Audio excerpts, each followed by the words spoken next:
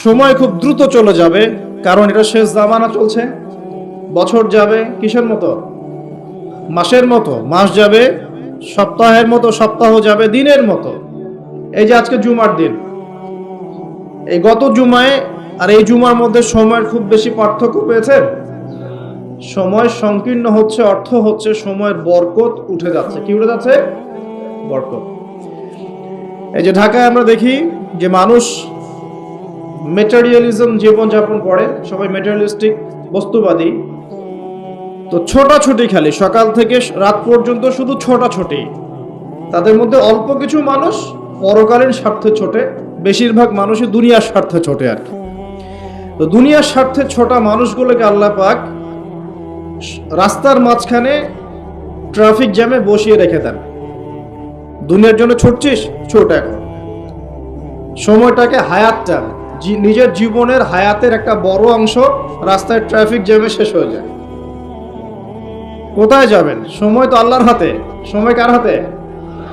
আল্লাহর হাতে। আল্লাহ পাক যেভাবে ইচ্ছা সময়কে আবর্তিত করবেন।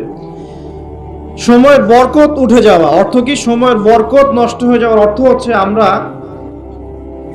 আমাদের 50-60 বছর হায়াতে সেই কাজগুলো করতে পারছি না যেই কাজগুলো সাহাবায়ে কেরাম রাদিয়াল্লাহু আনহুম 30-40 বছরে করে ফেলেছে। মুয়াজ বিন জাবাল রাদিয়াল্লাহু আনহু নাম শুনেছেন? 39 কি 40 বছর, কোন বর্ণনায় 36 বছর তিনি বেঁচে ছিলেন। তিনি 36 বছরে ইসলামের জন্য যা করেছেন, আমরা কি 100 বছরে সেটা করতে পেরেছি? সম্ভব? সময়ের বরকত উঠে যাচ্ছে।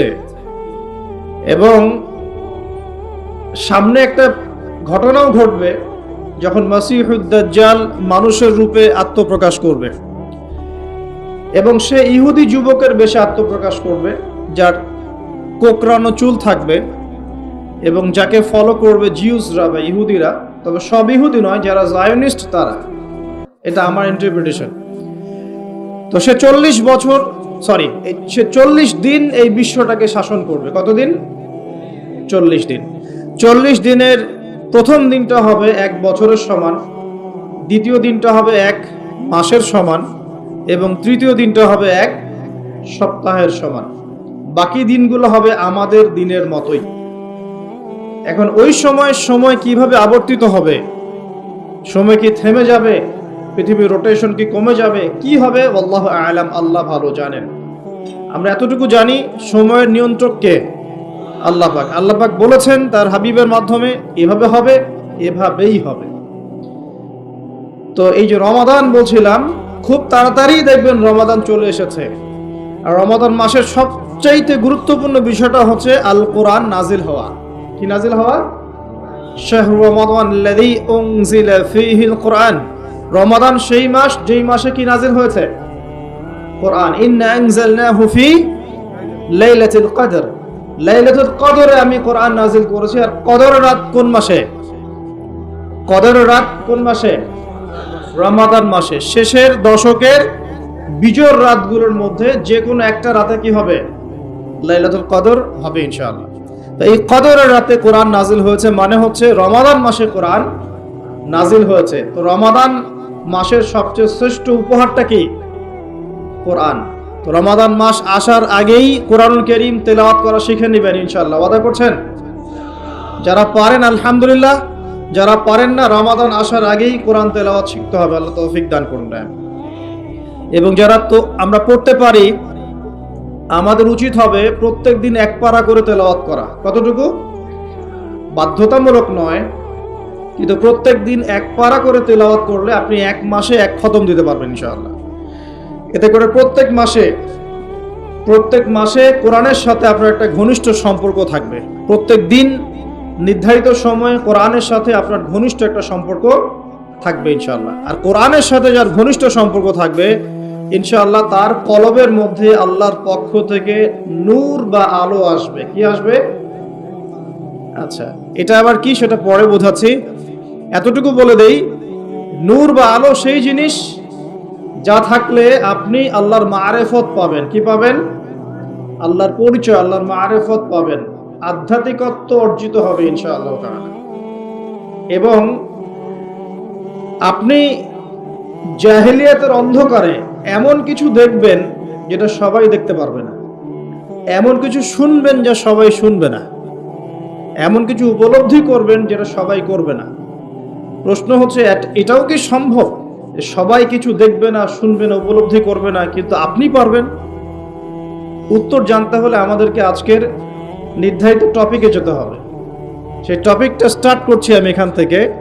নবী মুসা আলাইহিস সালাম এবং খিদির আলাইহিস সালামের একটা জ্ঞানতাত্ত্বিক, এটাকে আমরা কি বলবো, এনকাউন্টার। মানে এনকাউন্টার মানে কি?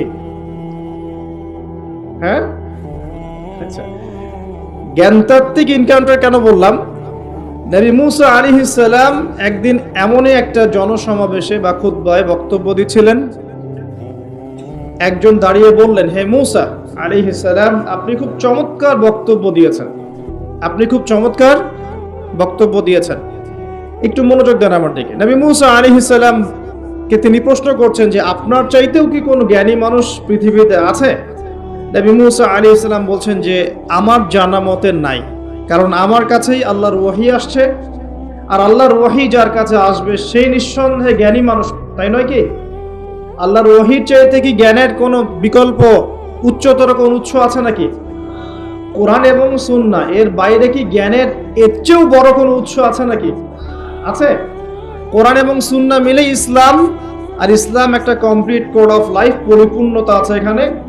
এটাকে হক বলা হয়, সত্য বলা হয়। আর আল্লাহ পাক সূরা কাহফের 29 নম্বর আয়াতে বলেছেন, ওয়াকুলিল হাক্কু মির রাব্বিকুম, হক বা সত্য সেটাই যেটা তোমার রবের পক্ষ থেকে কি হয়, নাজিল হয়। তাহলে হক বা সত্য কোনটা? আমার সাথে কথা বলেন। সত্য মিথ্যা, ন্যায় অন্যায়, হক বাতিলের চূড়ান্ত মানদণ্ড কোনটা? মানুষের জ্ঞান না আল্লাহর ওহী? কথা কি বুঝতে পারছেন? একটু মনোযোগ দিতে হবে, কারণ আমি গতানুগতিক তো আপনাকে সুর করে কিছু বলতে পারবো না, এটা আমার দ্বারা হয় না, পারি না।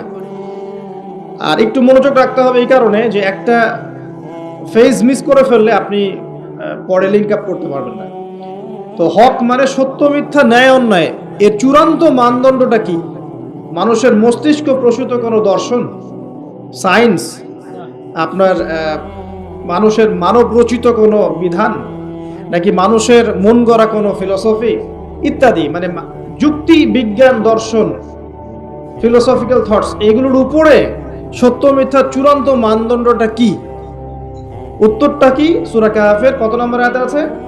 29 নম্বর আয়াত। আল্লাহ পাক বলেন, ওয়াকুলিল হাক্কু মির রাব্বিকুম, হক সত্য ন্যায় অন্যায়ের চূড়ান্ত মানদণ্ড তোমার রবের পক্ষ থেকে কি হয়, নাজিল হয়। তো তাওরাত নাজিল হয়েছিল না রবের পক্ষ থেকে? তাহলে তাওরাত ছিল ওই সময়ের হক, ছিল না হক?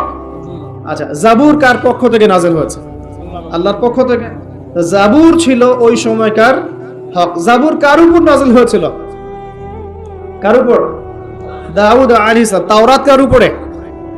তাওরাত নবী মুসা আলাইহিস সালাম, যার ব্যাপারে কথা বলা শুরু করেছি। তো মুসা আলাইহিস সালাম বলছেন আমার কাছে তো আল্লাহর পক্ষ থেকে ওহী আসে, তার মানে তিনি সবচেয়ে জ্ঞানী মানুষ হবেন, স্বাভাবিক, তাই নয় কি? আচ্ছা, ইনজিল কার উপর নাজিল হয়েছে? নবী ঈসা আলাইহিস সালাম। মারা গেছেন না বেঁচে আছেন? আচ্ছা, আবারও আসবেন পৃথিবীতে? এক শ্রেণীর মানুষ বিশ্বাস করে তিনি মারা গেছেন, আর এক শ্রেণীর মানুষ বিশ্বাস করে তিনি আল্লাহর সন্তান ছিলেন, নাউজুবিল্লাহ। এবং তাদের সংখ্যাও কিন্তু প্রায় 500-700 কোটি। ঠিক আছে? এই যে আমরা বলি যে বেশিরভাগ মানুষ যা বলবে সেটাই সত্য, তাই না? মেজরিটি শুড বি গ্রান্টেড, আমরা একটা কথা বলি না? তো এই যে বেশিরভাগ মানুষ বলছে ঈসা আলাইহিস সালাম আল্লাহর সন্তান, নাউজুবিল্লাহ, এখন আপনি কি বিশ্বাস করবেন? ব্যাস, আর কোন যুক্তির দরকার আছে? এই তো প্রমাণ হয়ে গেল যে বেশিরভাগ মানুষ যা বলবে তা সবসময় সত্য হয় না। কখন সত্য হয়? যখন সেটা কোরআন এবং সুন্নাহর, আল্লাহর বিধানের আলোকে হবে, তখন ইনশাআল্লাহ তাআলা সত্য হবে। যদি বেশিরভাগ মানুষ বলেন আপনারা যে সুদ হারাম, সত্য না মিথ্যা? বেশিরভাগ মানুষ যদি বলেন মদ হারাম, সত্য না মিথ্যা? বেশিরভাগ মানুষ যদি বলেন আপনারা যে পর্দাটা ভালো, আল্লাহর বিধান, ফরজিয়া, সত্য হবে না মিথ্যা হবে? এখন যদি বেশিরভাগ মানুষ বলে মদ হালাল, জেনা হালাল, ফ্রি মিক্সিং হালাল, গার্লফ্রেন্ড বয়ফ্রেন্ড এই প্রেম করাটা হালাল, তারপরে যে পর্নোগ্রাফি হালাল, আপনার এই যে রিবা বা সুদ হালাল, সুদ তো এখন হালালই নয়, বরং সুদ তো এখন ফরজ ওয়াজিব হয়ে গেছে আমাদের উপর, নাকি? এটা ছাড়া মানুষ চলতে পারে নাকি? এই পুরো সুদ ভিত্তিক একটা দেশ না, সুদ ভিত্তিক বিশ্ব কায়েম করেছে একটা একটা মানে কি বলবো, একটা গোত্র, একটা সভ্যতা সুদ ভিত্তিক একটা বিশ্ব কায়েম করে ফেলেছে। এখন বিশ্বের কোনো কান্ট্রি সুদ মুক্ত হতে পারবে না। বিশ্বের কোনো কান্ট্রি 100% এখন সুদ মুক্ত হতে পারবেই না, যদি সে ওয়ার্ল্ড ব্যাংকের দ্বারস্থ হয় আর IMF এর দ্বারস্থ হয়। যদি কেউ ওয়ার্ল্ড ব্যাংক IMF এর দ্বারস্থ হয়, সে সুদ মুক্ত থাকতেই পারবে না। শ্রীলঙ্কা দেউলিয়া হয়ে গেল কেন? কেন? One of the most important কারণ হচ্ছে রিবা। আমরা তো বলছি এখানে করাপশন ইত্যাদি, ওই মেগা প্রজেক্ট হাবিজাবি, এগুলো পরে। এর চেয়ে বড় কারণ হচ্ছে রিবা বা সুদ। এটা মানুষের রক্ত এবং শ্রম আর যে অর্থ সম্পদকে চুষে নিয়ে ফেলবে একবার। এ কারণে দেখবেন বিশ্বের একটা অংশ রিবার মধ্য দিয়ে অনেক ধনী হয়েছে, আর বাকি অংশগুলো কিন্তু আস্তে আস্তে প্রভার্টি এবং ডেস্টিটিউশনের মধ্যে গিয়েছে। রক্ত চুষে খাওয়া, এটা হলো গরিবের রক্ত সাক করা, চুষে খাওয়া। এ কারণেই হয়তোবা নবী সাল্লাল্লাহু আলাইহি ওয়াসাল্লাম যখন মেরাজের রাতে গিয়েছেন আল্লাহ পাকের সাথে সাক্ষাৎ করতে, তখন তাকে অনেক আযাব দেখানো হয়েছে না? এই আযাবগুলোর মধ্যে একটা আযাব তিনি দেখেছেন, কিছু মানুষকে রক্তের নদীতে ফেলে মাথা ফাটিয়ে দেওয়া হচ্ছে। কিসের নদী? রক্তের নদী, মাথা ফাটিয়ে দেওয়া হচ্ছে। মাথা যখন বিক্ষিপ্ত হয়ে যায়, পাথর দূরে চলে যায়, আবার পাথর ফেরেশতা নিয়ে আসতে গিয়ে মাথা আবার জোড়া লেগে যায়। রক্তের নদীতে সাঁতার কাটছে। নবী জিজ্ঞাসা করলেন সাল্লাল্লাহু আলাইহি ওয়াসাল্লাম, এরা কারা? অপরাধ কি ছিল? জিবরাইল আলাইহিস সালাম বলছেন, এরা হচ্ছে আপনার উম্মতের ওইসব ব্যক্তি যারা সুদখোর ছিল।